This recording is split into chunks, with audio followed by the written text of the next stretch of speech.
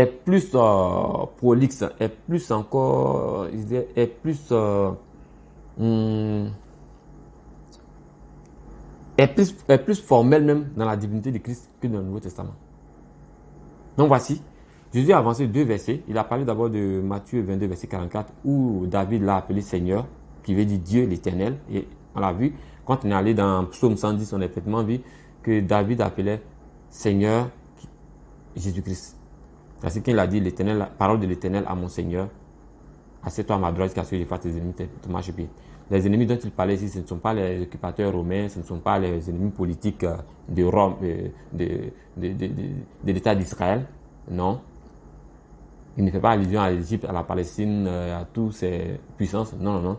Il fait plutôt allusion à ceux mêmes qui sont de la maison. C'est-à-dire, ces gens qui sont censés paître le troupeau et leur donner la bonne nourriture spirituelle. C'est ces gens qui sont devenus maintenant des ennemis de Dieu en dispersant le troupeau, en écrasant le troupeau, en les inculquant des enseignements sataniques, des enseignements diaboliques, au point même d'annuler la divinité du Dieu qu'ils prétendent adorer, c'est-à-dire le Christ. Voilà pourquoi Jésus a dit, vous avez pour père le diable. Et vous faites bien ce qu'il fait. Parce que le diable est opposé à Christ, c'est l'antichrist. Il annule la divinité du Christ et il clame le contraire de ce que Jésus a enseigné comme doctrine. Effectivement, ces pharisiens et ces docteurs de la loi faisaient la même chose. Et on voit bien que David fait mention d'eux ici. Maintenant, qu'est-ce qu'on retrouve encore? Dans Matthieu 21, verset 16, on retrouve encore une conversation entre ces mêmes pharisiens et docteurs de la loi, scribes, ces théologiens, ces élites, ces érudits, avec Jésus-Christ, qui sont scandalisés du fait que des enfants qui sont à la mamelle des bébés, des enfants de 2 ans, 3 ans, adressent des louanges de divinité à Jésus, à la personne de Jésus-Christ. Ils sont choqués, pour eux c'est un blasphème. Et Jésus les ramène aux Écritures pour dire, mais si vous êtes vraiment un sage et intelligent, si vous êtes connaisseur des Écritures, soit disant docteur de la loi, n'avez-vous jamais lu dans les Écritures où il est écrit, tu as tiré ta gloire de la bouche de ceux qui sont à la mamelle, c'est-à-dire des enfants?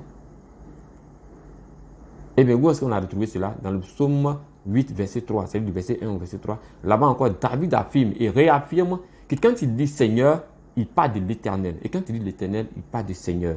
Et cette fois-ci, il s'adresse directement à Jésus-Christ. Il dit, et l'Éternel, Éternel, notre Seigneur. Le Seigneur qu'il avait dit de Jésus-Christ dans Psaume 110, mon Seigneur a dit à mon Seigneur. Et bien il réaffirme, il dit maintenant l'Éternel.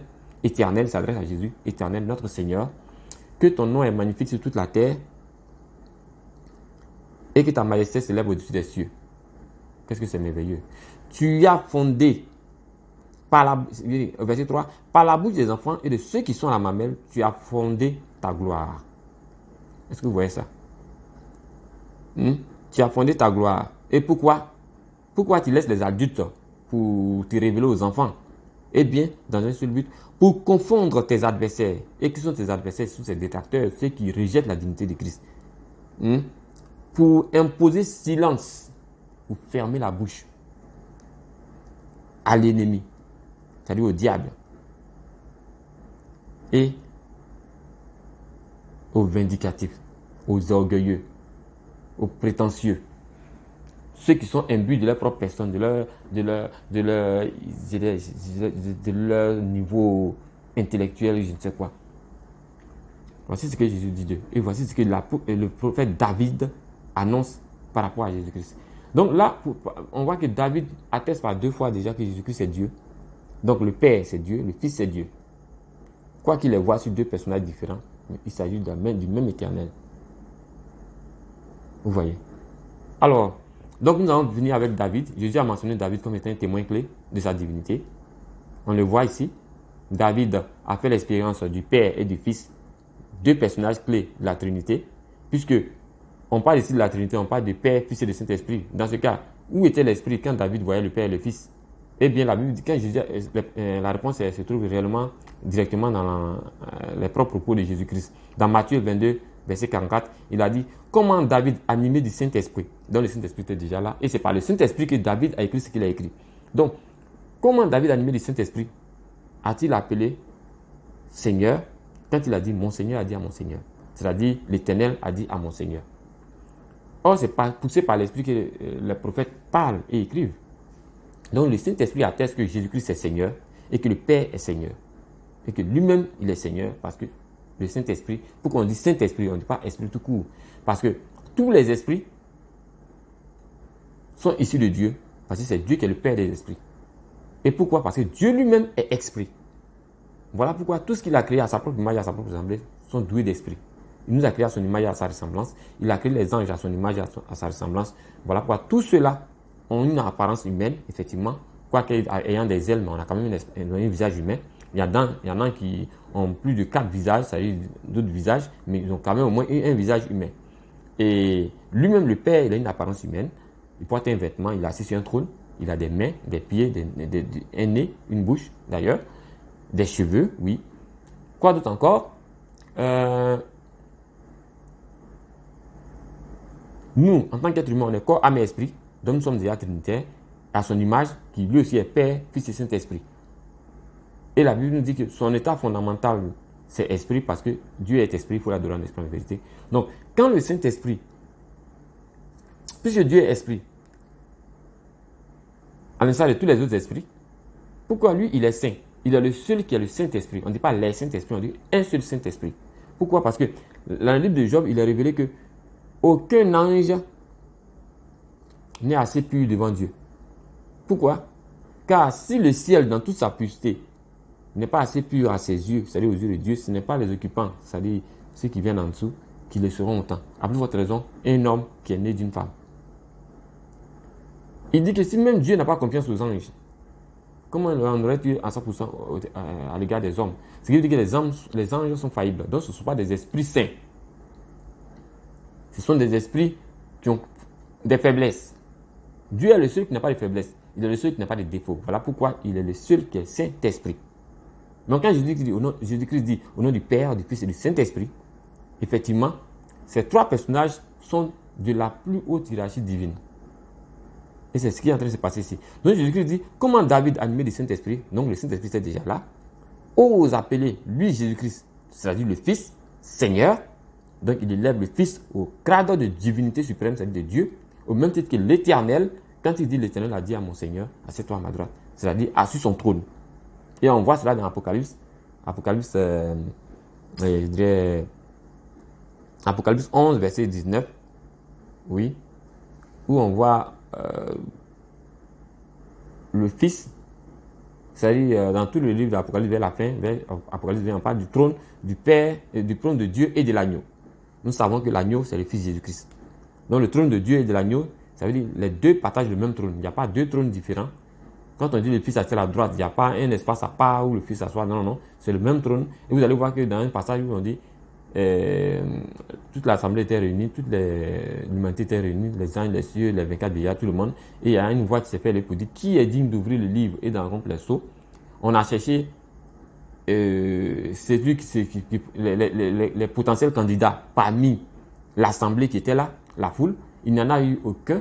Aucune de ces divinités que nous connaissons à nos jours, que ce soit dans l'hindouisme, dans le bouddhisme, dans l'islam, dans tout ça, il n'y a eu aucune de ces divinités qui ait été capable de se présenter pour ouvrir le livre et d'en rompre les sceaux.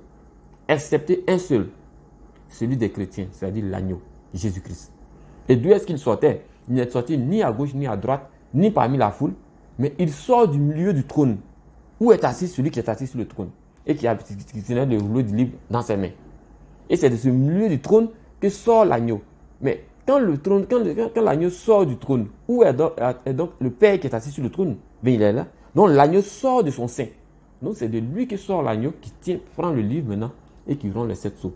Et quand il prend le livre, il le tient dans ses mains, l'agneau qui a 7 yeux et 7 cornes, toute l'assemblée qui est là, et tous ces anges, tous ces myriades d'hommes, toutes ces autorités divines, ces divinités qui sont là, lui font allégeance en se prosternant et en l'appelant Saint, Saint et Saint.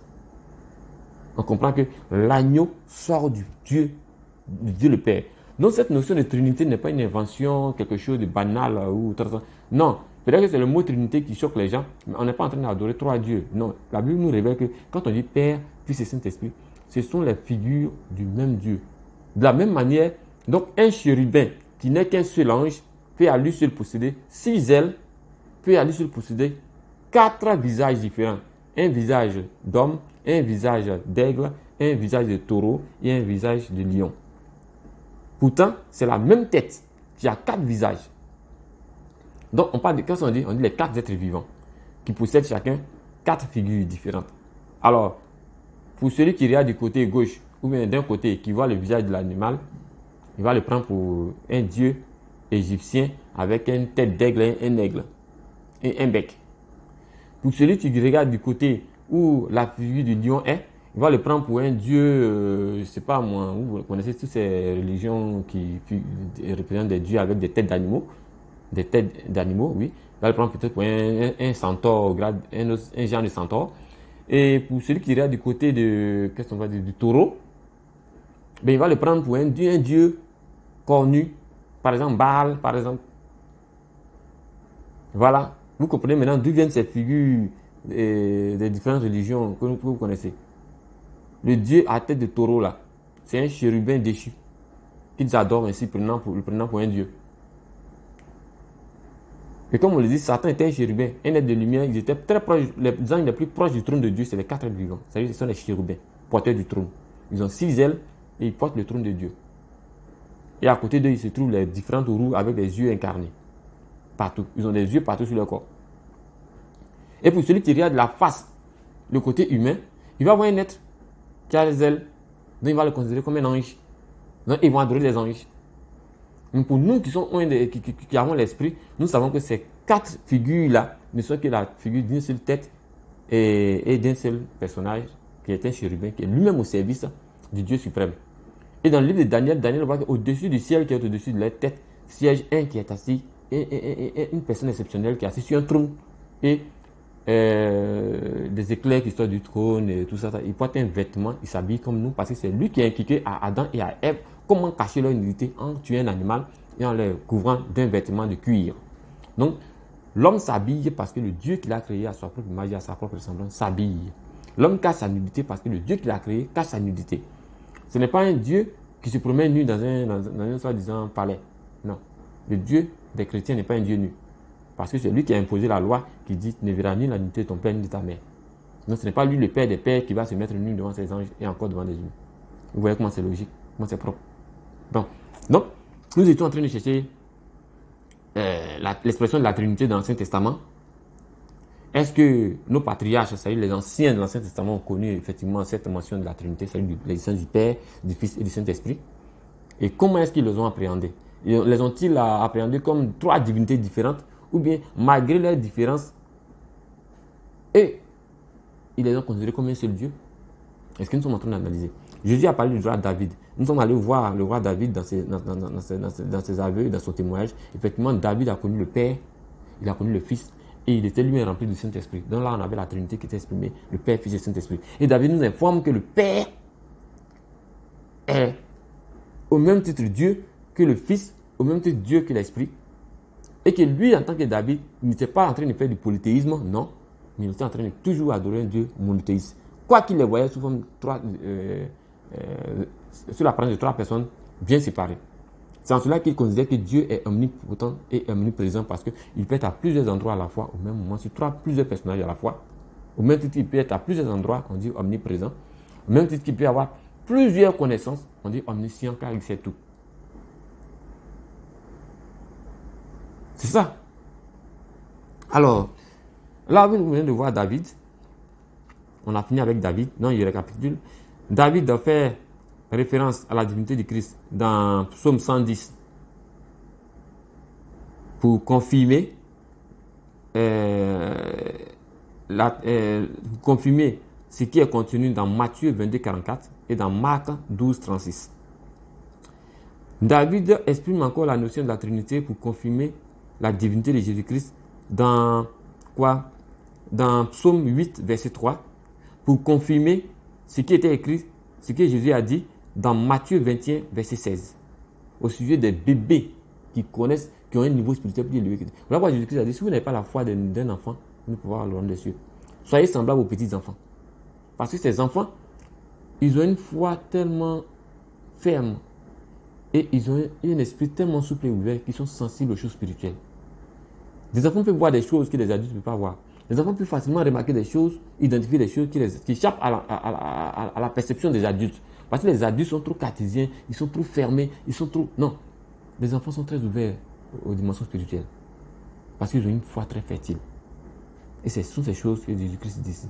Donc il a caché ces choses aux sages et aux intelligents pour les révéler aux petits-enfants. Vous allez voir ça dans un passage par là-bas où Jésus dit, Seigneur, je te loue de ce que tu as caché ces choses aux sages et aux intelligents, c'est-à-dire aux ennemis de Dieu. C'est soi-disant intellectuels, érudits, c'est docteurs de la loi, c'est pharisiens, autres connaisseurs des Écritures, qui passent leur vie à nier la divinité du Christ de façon irréfléchie, sans aucun discernement, parce qu'ils ne font pas de recherche réellement dans les Écritures. Ils s'asseyent là pour prendre des versets, des bouts de versets, ils les accordent, et puis ils font des débats sur les réseaux sociaux partout, ils font n'importe quoi. Mais ils ne cherchent pas le fond des Écritures réellement. Ils ne cherchent pas la vérité. Jésus a dit, cherchez, vous allez trouver. Mais eux, ils ne cherchent pas. Ce qui les intéresse, c'est comment trouver des versets pour aller contredire la Bible et soutenir des sujets antichristiques. Oui, parce que la Bible dit que quiconque nie le fait que Jésus-Christ est fils de Dieu et par conséquent Dieu, celui-là, c'est un agent de l'antichrist. Vous voyez cela ici.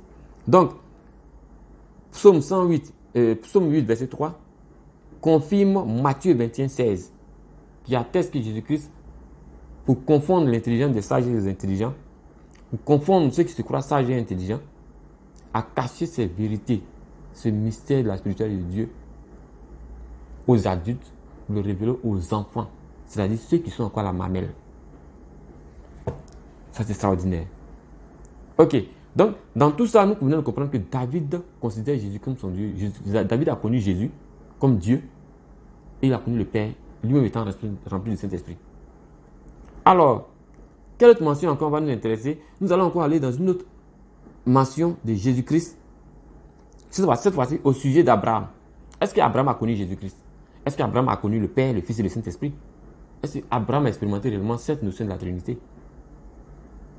Lui, le Père de la foi, un autre patriarche. Bon, qu'est-ce que Jésus va dire de lui? Quand on prend Jean 8, verset 58, ok, on va dans Jean chapitre 8, verset 58.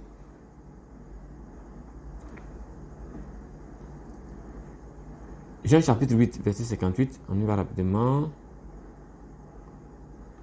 Notons que Jean était disciple de Jésus, était un apôtre de Jésus-Christ, donc son évangile n'est pas à mettre en doute. Jean chapitre 8, verset 58. Alors, verset 58 nous dit ceci. Pour nous mettre en situation, je vais commencer à partir du... je vais dire quoi même? À partir du verset 49. On va aller plus vite. Jean chapitre 8, verset 49.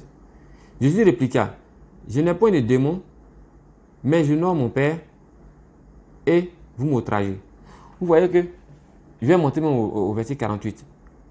Jean chapitre 8, verset 48.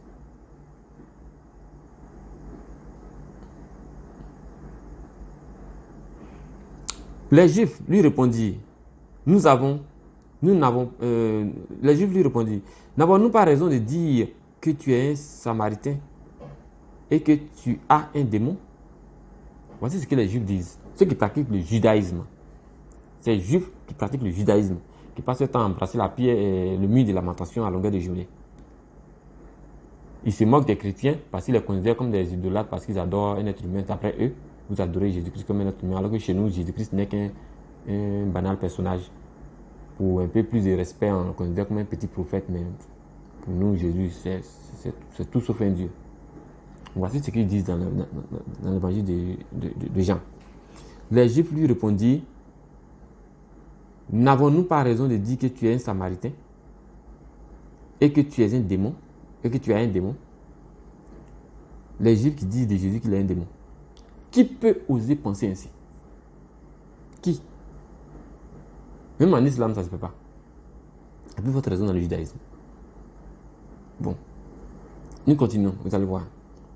Et Jésus répliqua, je n'ai point de démon, mais je honore mon Père, et vous m'outragez. Vous voyez, quand David disait que les vrais ennemis de Dieu ne sont pas des ennemis politiques, c'est-à-dire les occupateurs romains, les occidentaux et tous ces gens qui colonisaient Israël, mais qui ont persécuté Israël. Non, non, non. Mais les vrais ennemis de Dieu, c'est ceux qui enseignent des enseignements sataniques, c'est-à-dire des enseignements de l'Antichrist. En l'occurrence, c'est soi-disant érudits et docteurs de la loi qui enseignent, qui sont opposés à la divinité de Christ et qui sont les détracteurs de Jésus-Christ ici. On pense que c'est un fait banal. En réalité, c'est le cas. Il traite Jésus d'un démon, il est pris pour un samaritain. Est-ce que Jésus est né en Samarie? Jésus est né en Judée, à Bethléem. On a dit qu'il sera appelé le Nazaréen. Ils ont lu ça, ils savent ça. Donc comment se fait-il que Jésus dit, de Jésus que c'est un samaritain et il a un démon? Alors que ça, entre les samaritains et les Hébreux, les Juifs, il n'y a pas d'amitié. Voilà pourquoi Jésus, étant allé au puits et ayant croisé une samaritaine, il lui a dit, il n'y a pas de familiarité entre nous. Qu'y a-t-il entre nous pour que toi tu viennes me demander de l'eau à boire? Mais là, ce qu'il dit, ces gens, ces Juifs. Ok. Nous continuons. Et vous m'outragez. Je ne cherche point ma gloire. Il y en a un qui cherche et qui juge. Vous comprenez? Jésus lui dit qu'il ne cherche point sa gloire parce qu'il ne témoigne pas de lui-même, ça ne l'intéresse pas. Je suis Dieu et adorez-moi, je suis Dieu. J'entends les gens qui disent, montrez-nous dans la Bible où Jésus dit de sa propre bouche, je suis Dieu, adorez-moi. Montrez-moi dans la Bible. Voici une réponse que Jésus vous donne. Il ne cherche point sa gloire. Il n'a pas besoin de te dire, je suis Dieu, adorez-moi, c'est taper la poitrine. Non, non, non. Parce qu'il y a des gens qui ont témoigné de lui. Il n'a rien à prouver. Si vous croyez vraiment au témoignage de vos patriarches, vous devez comprendre aussi que ceux-là ont rendu témoignage de lui. Si vous croyez vraiment que David est un prophète, David a prophétisé et a rendu témoignage de Jésus-Christ comme étant Dieu. Si vous croyez réellement en David et en Abraham comme prophète, on va voir tout à l'heure qu'Abraham a considéré Jésus comme Dieu, il a attesté que Jésus est Dieu. Si vous croyez en Moïse et que vous considérez Moïse comme un prophète, eh bien, Moïse a connu Jésus-Christ comme Dieu, en tant que Dieu. Nous allons le voir. Et voici ces Juifs qui font le contraire.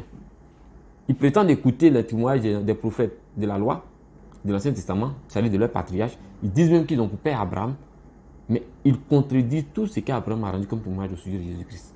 C'est ça, le drame. Donc vous voyez, donc ici, Jésus dit, je ne cherche point ma gloire. Donc je n'ai pas besoin de me taper la poitrine, même de vous démontrer quoi que ce soit. Mais il y en a un qui cherche et qui juge. Vous parlez de qui? Vous savez de qui? C'est le diable qui vient s'ériger en tant que divinité, qui renie la divinité de Christ, il crée sa propre religion, il s'assoit, il invente des choses, et il s'attribue même la paternité de la Torah, il s'attribue la paternité des évangiles, mais quand il lui demande où sont ses propres évangiles, il ne sait même pas où ça se trouve. Il renie en même temps la crédibilité de la Bible et de son entièreté, et maintenant, ses agents passent leur temps à se baser sur la Bible pour pouvoir soutenir ses arguments à lui. Mais vous savez de quoi je parle. Donc, en vérité, je vous l'ai dit, au verset 51, si quelqu'un garde ma parole, il ne verra jamais la mort. De quelle mort parle-t-il ici? Pensez-vous que c'est la première mort, c'est la mort physique, c'est l'arrêt cardiaque, la mort cérébrale, où on dit que tu es déclaré mort, tu fais un certificat de décès, on t'enterre dans un tombeau, là, puis c'est fini. Ce n'est pas de cette mort que Jésus parle. La Bible dit dans l'Apocalypse qu'il parle de la seconde mort. C'est de cette mort, puisque nous avons dit que l'homme est trinitaire. Il est corps, âme et esprit. Et que pour Dieu, la mort du corps ne signifie pas la mort de l'individu total. Alors qu'en médecine, la mort du corps signifie la mort de la personne, parce que c'est une mort clinique.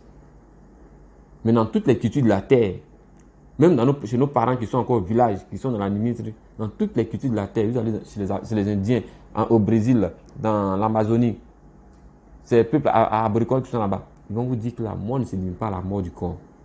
Et que la mort du corps n'est qu'une mort, une première mort. Mais la seconde mort, c'est la mort de l'âme.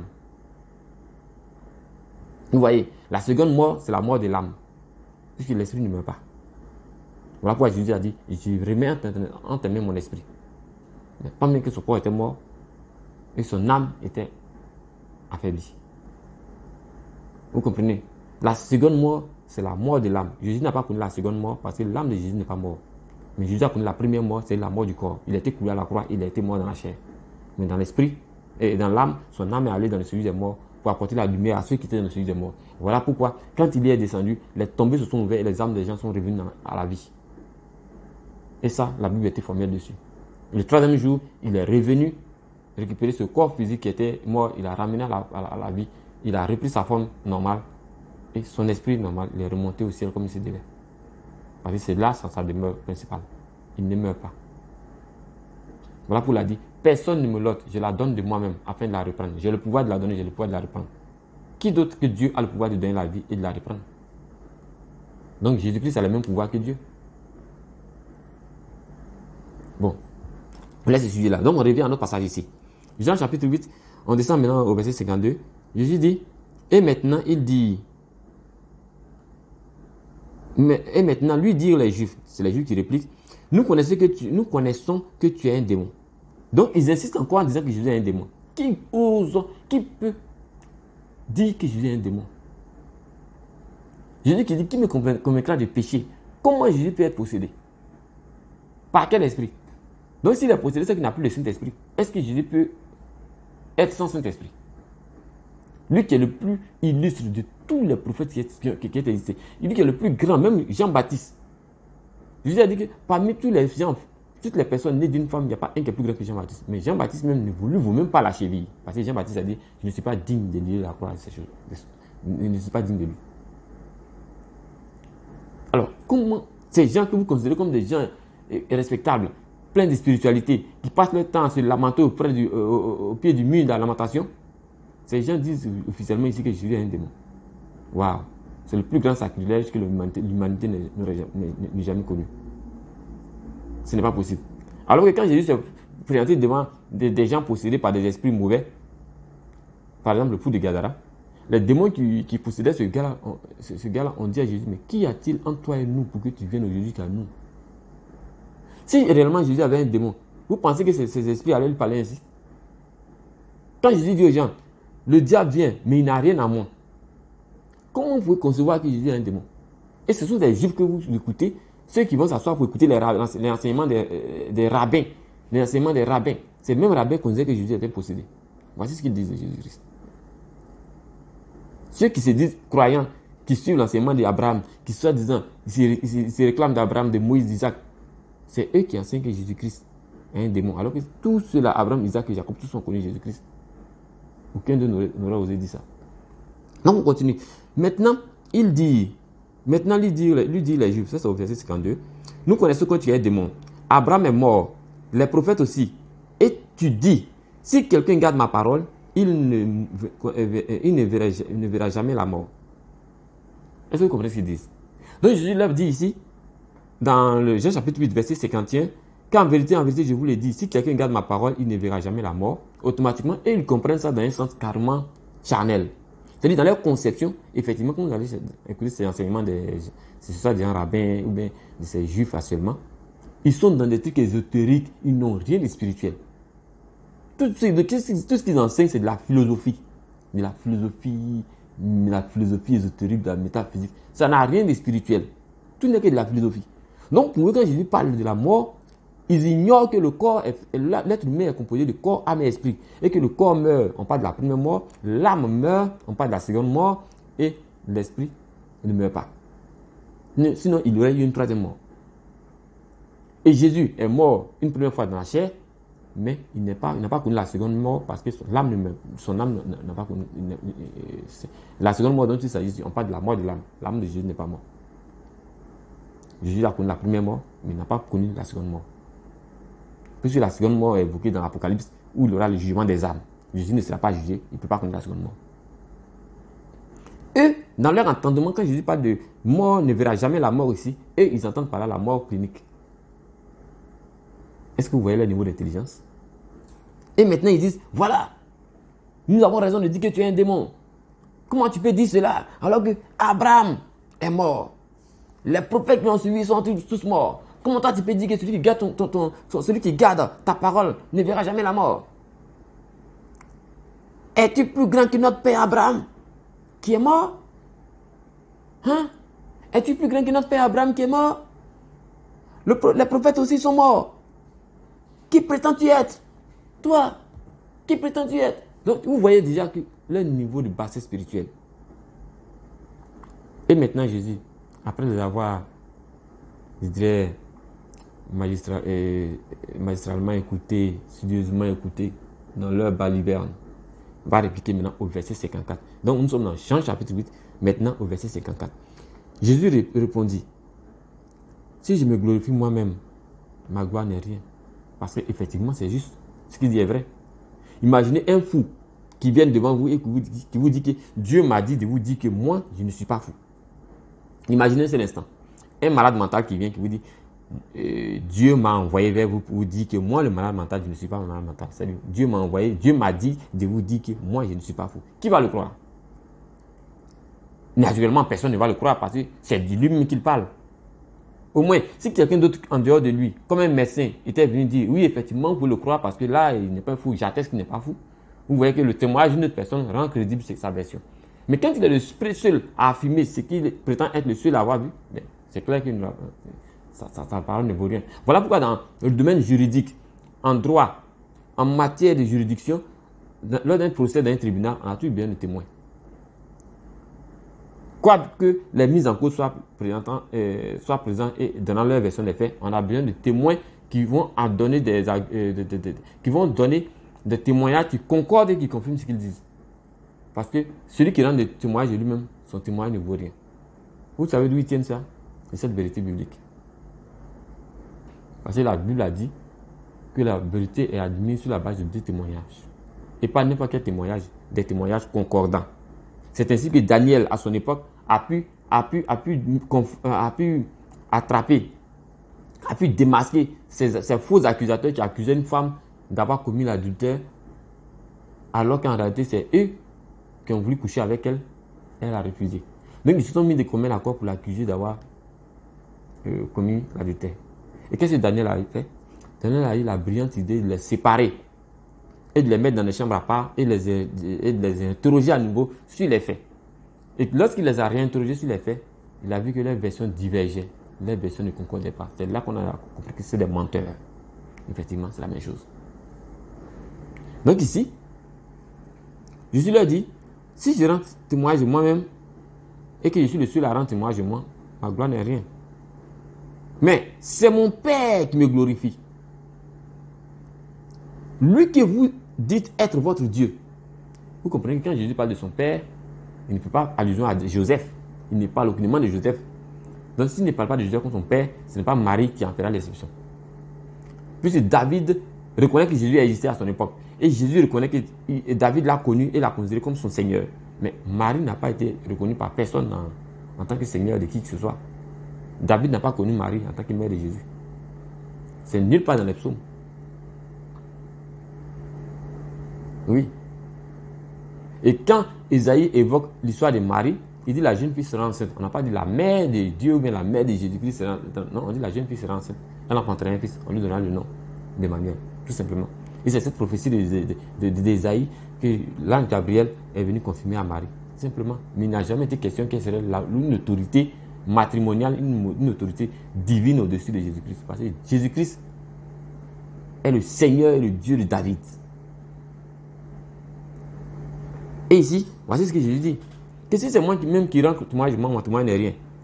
Mais c'est mon Père qui me rend témoignage de moi. Celui que vous appelez votre Dieu. Donc désormais, quand nous voyons Jésus parler du Père, comprenons qu'il parle de Dieu et non de quelqu'un d'autre. Et quand David parle de Jésus comme son Seigneur, il fait allusion à l'Éternel. Parce que dans Psaume 110, il est dit, et dans Psaume 8, verset 3, il le confirme. Que quand il dit le Seigneur, il veut dire l'Éternel. Et quand il dit l'Éternel, il veut dire Seigneur. Voilà pourquoi Jésus a dit, comment vous pouvez le considérer comme fils de David, alors que David lui-même, rempli du Saint-Esprit, l'a appelé Seigneur. Quand il a dit Seigneur, assieds-toi, mon Seigneur a dit à mon Seigneur, assieds-toi à ma droite. Parce que Jésus savait quand on dit Seigneur, c'est dire éternel. Parce que dans Psaume 110, c'est éternel qui est écrit. Mais on continue. Celui que vous dites votre Père, et que vous ne connaissez pas. Ah, voilà encore quelque chose d'intéressant. Donc ils appellent Dieu leur Père, mais ils ne l'ont jamais vu, ils n'ont jamais vu sa face, ils ne le connaissent même pas. Voilà pourquoi il suffit de se permettre de faire des veaux d'or pour les adorer, et puis se permettre d'aller adorer des idoles. Sinon ils ne connaissent pas Dieu. Ils ne disent Dieu que de nom dans leur bouche, mais ils ne le connaissent ni dans la spiritualité, ni entre eux. Alors que leurs patriarches, leurs pères ont témoigné avoir avec Dieu sous une forme humaine en 3 personnes. Abraham l'a dit, nous allons le voir tout à l'heure. Moïse a attesté avoir vu le Père et le Fils qui sont descendus en même temps devant lui. Il s'est tenu en leur présence. Oui, ça s'est passé. On va le voir tout à l'heure. Mais c'est parce qu'ils ne le connaissent pas et ils ne connaissent pas ce Dieu-là dans toutes ses capacités, dans toutes ses caractéristiques-là, qu'ils se mettent à réunir la divinité de Christ. Parce que quelqu'un qui a déjà bien lu et bien compris l'Ancien Testament et le témoignage d'Abraham, le témoignage de Moïse, le témoignage d'Ésaïe, le témoignage de Job, le témoignage de qui d'autre encore, de tous ces prophètes jusqu'à Zacharie, ne peut en aucun cas renier la divinité de Christ. C'est impossible.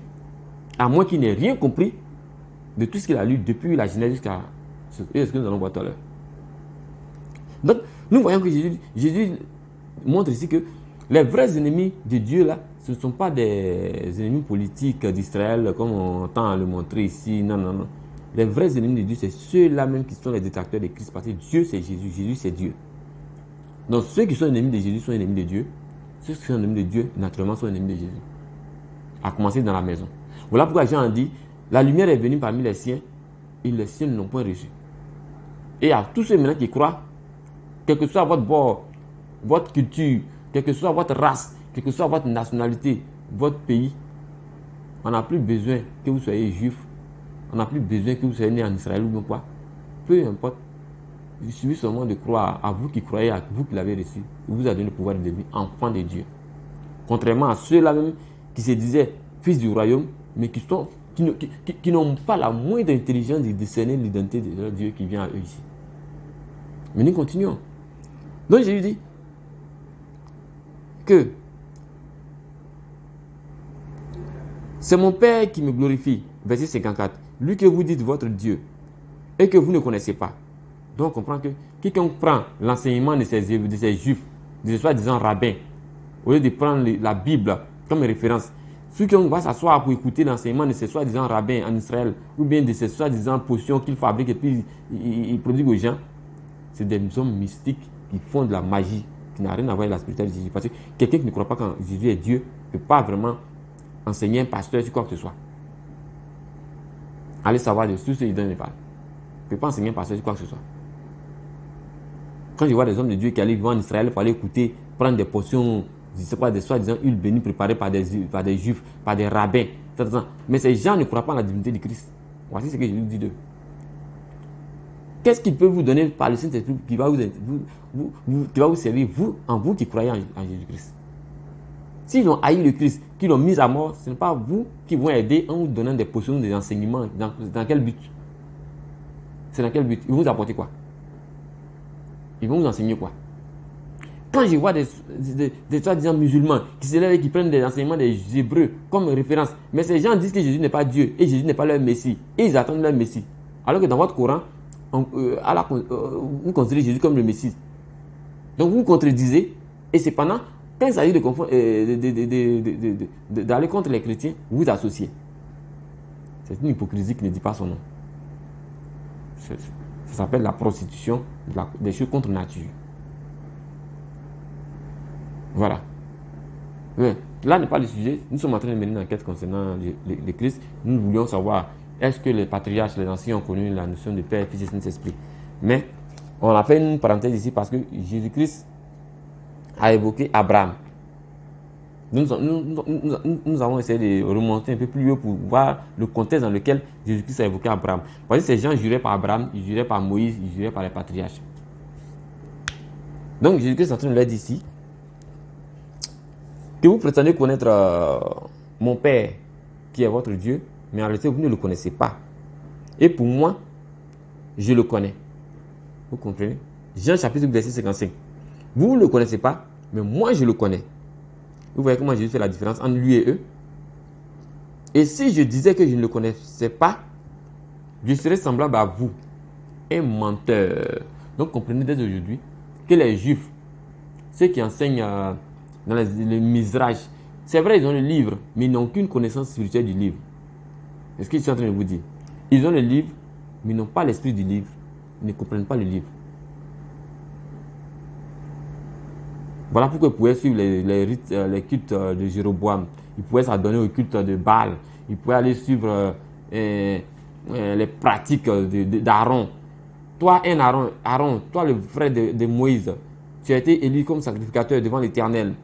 Moïse va sur la montagne, te confie le peuple. Et toi, c'est toi qui dis au peuple de donner leurs bijoux, ils te remettent les bijoux en or, tu fais fondre pour faire un veau d'or. Et tu leur dis, voici votre Dieu. Toi, tu as connu le Dieu d'Israël. C'est toi qui dis au peuple, voici votre Dieu qui est un veau d'or. Si quel enseignement tu as fait ça? Connais-tu vraiment le Dieu d'Israël? C'est ça, ces questions. Vous voyez? Et c'est ce qui s'est passé dans toute la Bible, dans tout l'Ancien Testament. Les rois qui sont venus, au lieu d'écouter l'enseignement de leurs pères qui sont venus avant eux, ils ont laissé l'enseignement, puisqu'il manquait de spiritualité, ils vont s'attacher à des idoles et à des cultes païens qu'ils introduisent dans la foi du monothéisme véritable. Et à cause de ces choses, ils étaient constamment frappés. Constamment frappés. Dieu les frappait, Dieu les livrait à leurs ennemis. Ils étaient assiégés de toutes parts. Ils étaient dévastés, ils étaient détruits. Mais pourquoi? Parce qu'ils n'avaient aucune connaissance de ce Dieu. Ils n'avaient pas la connaissance de Dieu. Excepté leurs prophètes. C'est seulement leurs prophètes qui connaissaient Dieu. Mais le peuple, là, tous ces érudits, ces juges, ces soi-disant docteurs, ils n'avaient aucune connaissance. C'est des magiciens. Tellement ils extrapolaient, ils excellaient dans la magie, dans tout ce qui est pervers, tout ce qui est satanique. Ils allaient jusqu'à faire même du temple, le lieu saint, là, un lieu de satanisme. Jusqu'à ce que Dieu soit scandalisé au point de venir dire à Ézéchiel, d'enlever Ézéchiel pour aller voir ce qu'ils font dans le temple. Et vous savez ce qu'ils ont fait? Vous savez ce qu'ils ont fait? Ils font de la sorcellerie. C'est-à-dire, au lieu de réfléchir à comment développer la ville, pour eux, ils font de la ville une chaudière, c'est-à-dire une marmite. Et les habitants qui sont dans la ville, leurs âmes, là, c'est ça qui est la viande dans la marmite. C'est-à-dire une sorcellerie, une sorcellerie même en Afrique. En Afrique. Nous, non. C'est-à-dire ils sont arrivés à un niveau de sorcellerie que l'Afrique même n'a pas connu. Et ils font de toute la ville une marmite et les âmes sont de la viande. Et ils se conceptent, ce n'est pas le moment de construire, ce n'est pas non. Faisons de la ville une chaudière et les âmes sont de la viande. Et Dieu dit non, cette viande-là, c'est eux-mêmes qui seront la viande et dans leur propre chaudière. Ce ne sont pas les âmes de ces brebis. Voilà pourquoi depuis longtemps Dieu les considère comme ses propres ennemis. Voilà pourquoi dans les différentes métaphores, dans les paraboles que Jésus a annoncées, sur la parabole du semeur, la parabole du vignoble, la parabole de ceux, il les considérait comme les ouvriers qui labouraient le champ, à qui ils ont confié le champ, mais qui au lieu de labourer le champ dans le profit du maître, et ils ont détourné le champ pour leur propre profit. Et quand le maître envoie son fils pour venir inspecter le lieu, qu'est-ce qu'ils font? Ils attaquent le fils pour le mettre à mort, dans l'espoir, croyant qu'ils allaient, en le mettant à mort, ils vont hériter de toute la plantation pour faire n'importe quoi. Cette parabole n'est pas anodine. C'est d'eux qu'il parlait en réalité. C'est d'eux qu'il parlait en réalité. Et voilà. Donc, Jésus leur dit, et que vous ne connaissez pas. C'est-à-dire, c'est mon Père qui me rend, qui me glorifie, lui que vous dites votre Dieu, et que vous ne connaissez pas. Pour moi, je le connais. Et si je disais que je ne le connaissais pas, je serais semblable à vous, un menteur. Donc, je suis en train de dire que c'est des menteurs. Donc, toi, en tant que chrétien, qui se lève, qui va en Israël, et qui va embrasser la pierre, le mur de lamentation, faire exactement ce qu'ils font, en train d'écrire des choses aussi, des bouts de papier pour les mettre dans le mur, croyant que tu vas avoir la même... Non, ils ne le font pas dans le même esprit. Et ils savent pourquoi ils le font. Parce que c'est des idolâtres. Ils ne croient pas en la divinité de Christ. Donc ils sont dans la magie. Ils sont dans des choses que Dieu n'a pas prescrites. Voilà pourquoi ce même temple a été détruit. Ce même temple a été détruit parce qu'ils ne jurent que par le temple. Et ils ont laissé celui-même qui est seigneur du temple. Ils ne jurent que par l'or du temple. Alors que celui-même qui est le seigneur de l'or du temple, c'est lui Jésus-Christ. Ils ne jurent que par le sabbat. Pour eux, ils font le sabbat, ils font la bar mitzvah, ils respectent les rites, les prescriptions du sabbat, ils se croient au-dessus des autres. Donc ils vous considèrent, vous les chrétiens, comme des païens. Mais en réalité, Jésus dit que c'est eux les païens. Parce que s'ils avaient vraiment connaissance de lui, Jésus, de sa personne, de sa divinité, ils allaient savoir que c'est lui Jésus qui est le maître du sabbat.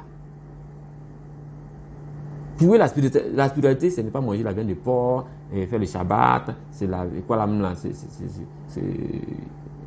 quoi d'autre encore? Ne pas toucher au vin, et aller à la prière le samedi, et puis ensuite faire quoi encore? Se vêtir des vêtements noirs là, passer le temps pour se garder la longue barbe pour avoir l'apparence de la piété, voilà, c'est n'importe quoi. Ils n'ont aucune spiritualité. Donc, comprenez par là que la Bible est la seule référence du chrétien. La Bible doit être le seul absolu du chrétien. Un chrétien qui laisse la Bible, qui va prendre un autre enseignement en dehors de la Bible, sa foi est pervertie. Sa foi est pervertie. Parce que là-bas, tu n'auras pas la vérité. Tu n'auras pas la vérité.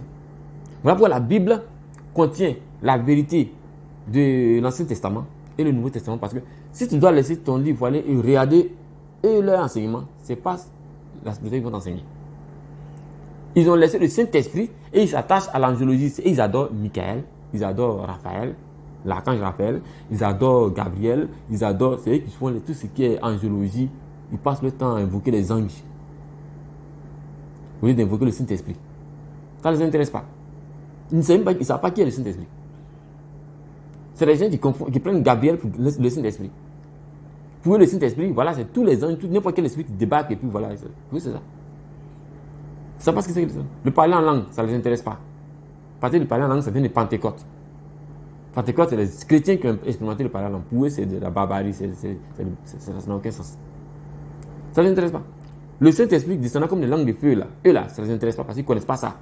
Pour eux, le Saint-Esprit, c'est de prendre un ascensoir, remplir ça d'encens et puis de remplir la salle de fumée, là. C'est ça le Saint-Esprit pour eux. C'est ça le Saint-Esprit pour eux. Ça n'a rien à voir avec votre Saint-Esprit. Donc, en tant que chrétien, faites très attention aux enseignements de ces rabbins, de ces juifs. Faites très attention. Ils vont vous polluer l'esprit. Ils ne croient pas que Jésus est Dieu.